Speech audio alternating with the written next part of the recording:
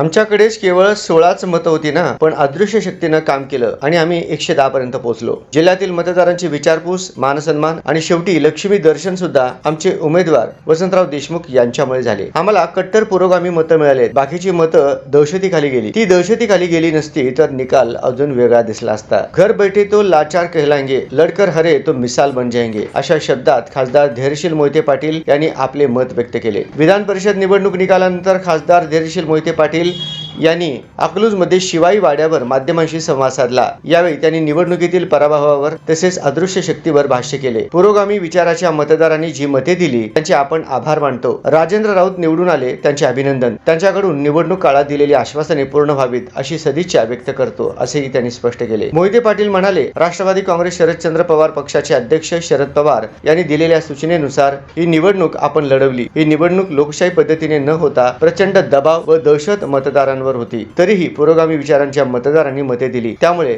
ज्यांनी 3 आकडी मतदान मिळणार नाही अशा वल्गना केली त्यांना मतदारांनीच उत्तर दिले आहे.